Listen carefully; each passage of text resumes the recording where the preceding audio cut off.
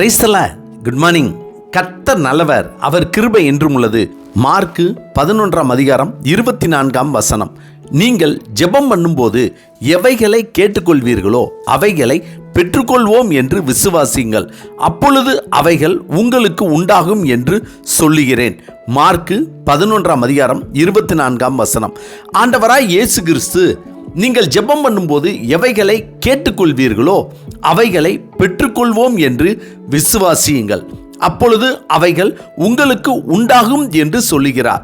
ஆண்டவர் நமக்கு சொன்ன அந்த வார்த்தைகளை நாம் தியானித்து பார்த்தோமானால் இந்த வார்த்தைகளை நம்மால் சுதந்தரித்து கொள்ள, உரிமையாக்கி கொள்ள முடியும்.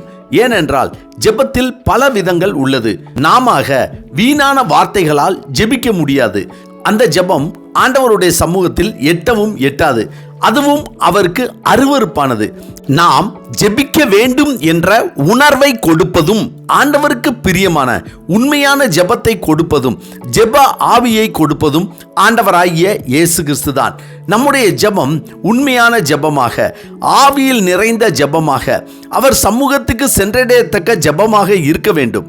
மேலும் அந்த ஜெபத்தில் நாம் தேவனிடத்தில் கேட்பதை அவர் நமக்கு செய்வார் என்ற விசுவாசத்துடன் கூடிய ஜெபமாக இருக்க வேண்டும். உண்மையான விசுவாசம் என்பது கிறிஸ்தவர்களின் இருதயங்களில் தேவன் செய்யும் ஒரு கிரியையாகும். நம்முடைய ஜெபங்களுக்கு தேவன் பதிலளிப்பார் என்று தேவனால் நமது இருதயங்களில் தரப்படும் ஒரு விழிப்புணர்வு உண்மையான விசுவாசத்தில் அடங்குகிறது. இது பரிசுத்த ஆவியானவரால் நமது இருதயங்களில் உருவாக்கப்படுகிறது. இதை நம் உள்ளங்களில் நம்மால் உண்டாக்க முடியாது. இந்த விசுவாசம் நமக்குள் சாதாரணமாக வராது. தாம் பெற்றுக்கொள்ளப் போவதை விசுவாசிப்பது மனிதரால் உண்டாவது அல்ல. அது தேவனால் நமக்கு கொடுக்கப்படுகிற ஒரு ஈவு கிருபையாகும். ஆண்டவராய் இயேசு கிறிஸ்துவே மெய்யான தேவன் என்று அவரை நம்புகிறவர்களுக்கும் அவரால் அழைக்கப்பட்டு தெரிந்து கொள்ளப்பட்ட அவருடைய ஜனங்களுக்குள் அவர் தம்மை பற்றிய விசுவாசத்தை வைக்கிறார். அந்த விசுவாசமே ஜெபத்தில் கேட்கிறவைகளை பெற்றுக்கொள்வோம் என்ற விசுவாசத்தை கொடுக்கிறது. விசுவாசம் உள்ள ஜெபம் என்பது தேவனுடைய சித்தத்தை ஆதாரமாக கொண்டிருக்க வேண்டும். தம்முடைய சித்தத்தின்படி உண்மையாக வாழும் ஒவ்வொரு விசுவாசியின் இருதயத்திலும் தேவன் அந்த விசுவாசத்தை வைக்கிறார்.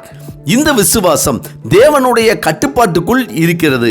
அதாவது நாம் தேவன் மேல் வைத்துள்ள அன்பு, அவரை அறிகிற ஞானம், அவருடைய கிருபை, அவரை பற்றுகிறதற்கான நோக்கம் ஆகியவற்றின் அடிப்படையில் விசுவாசம் நமக்கு தரப்படுகிறது.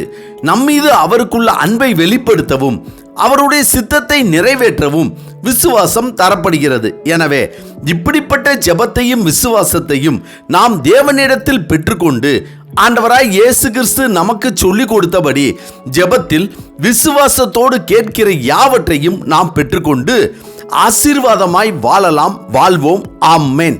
ஜெபிப்போமா?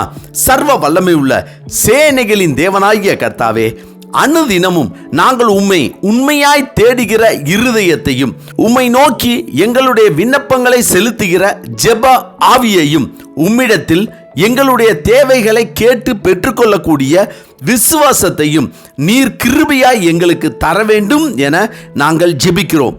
இந்த நாளை நீர் எங்களுக்கு கொடுத்ததற்காய் நன்றி. இந்த நாளிலும் திருமண நாள், பிறந்த நாள் காண்கிற யாவருக்காகவும் நாங்கள் ஜெபித்து அவர்களை ஆசீர்வதிக்கிறோம். தேவையோடு விண்ணப்பத்தோடு உம்மிடத்தில் ஜெபிக்கிற யாவருடைய விசுவாசமும் பெருகும்படியாய் அவர்கள் தேவைகளையும் விண்ணப்பத்தையும் நிறைவேற்றி தர வேண்டும் என இயேசு கிறிஸ்துவின் நாமத்தில் ஜெபிக்கிறோம் நல்ல பிதாவே.